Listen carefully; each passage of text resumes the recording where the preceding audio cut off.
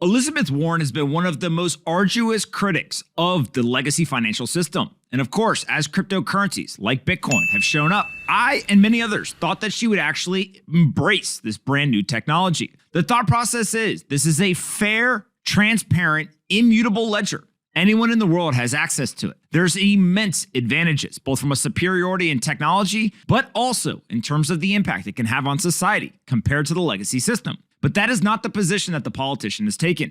Instead, we have a recent clip where Elizabeth Warren is questioning Chainalysis co-founder Jonathan Levy.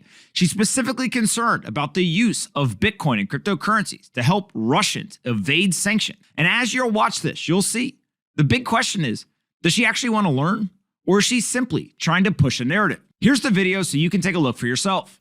Mr. Levin, let's consider one of Putin's cronies who already has $1 billion or so in crypto that he wants to hide from the governments that are enforcing sanctions on oligarchs.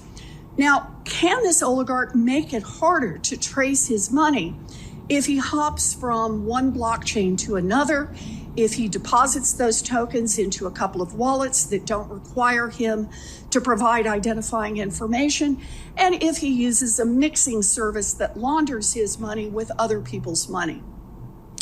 Thank you, Senator. So the scenario that you describe, where an oligarch has $1 billion to be able to launder, requires significant amounts of liquidity to be able to obfuscate that amount of money through the use of cryptocurrency. In fact, many times we've been able to identify. I'm sorry, let me just remind you of what my question was again. What I'm asking is about the tools that are available. Now, he may have to break it up into multiple pieces of, who knows, $100 million at a crack.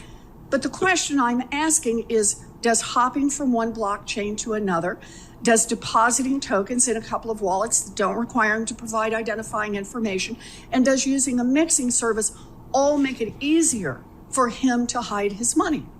So, Senator, the answer to that question is no, because the chain hopping that occurs, you need to actually provide the tokens, which in a transparent way that allows you to move across blockchains. We've actually got software that allows you to— So you don't think chain hopping makes it any easier to hide your money? How about depositing tokens in wallets that don't require identifying information? You can always split the money up into wallets that don't require— And that would help hide the money. And how about using a mixing service? That doesn't remove the record of where the money actually sits. But the question I'm asking is, does it make it harder to track the money? No, so it doesn't make it harder to track the money because using a mixing service, you're telling me, doesn't make it harder to launder money? The daily liquidity value of mixing services globally is about $30 million.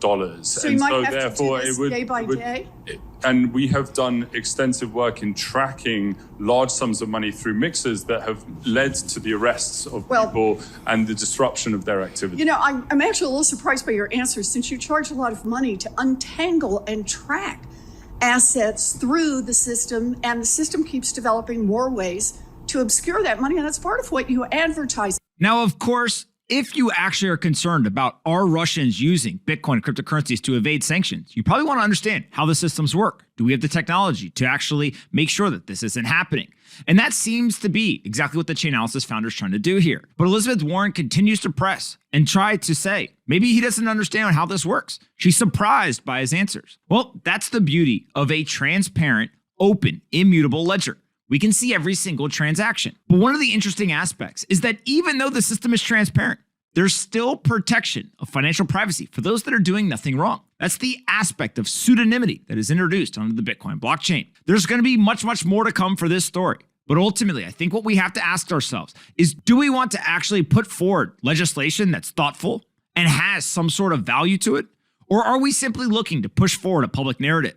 One that makes us feel good about ourselves, one that simply helps us to get reelected. My questions don't necessarily have answers, but my guess is that Bitcoin, cryptocurrencies, the open, transparent financial system will remain superior to the legacy system. And I think eventually every politician, both sides of the aisle, will recognize Bitcoin is good for business. Bitcoin is good for the everyday citizen. Bitcoin's also good for the nation state.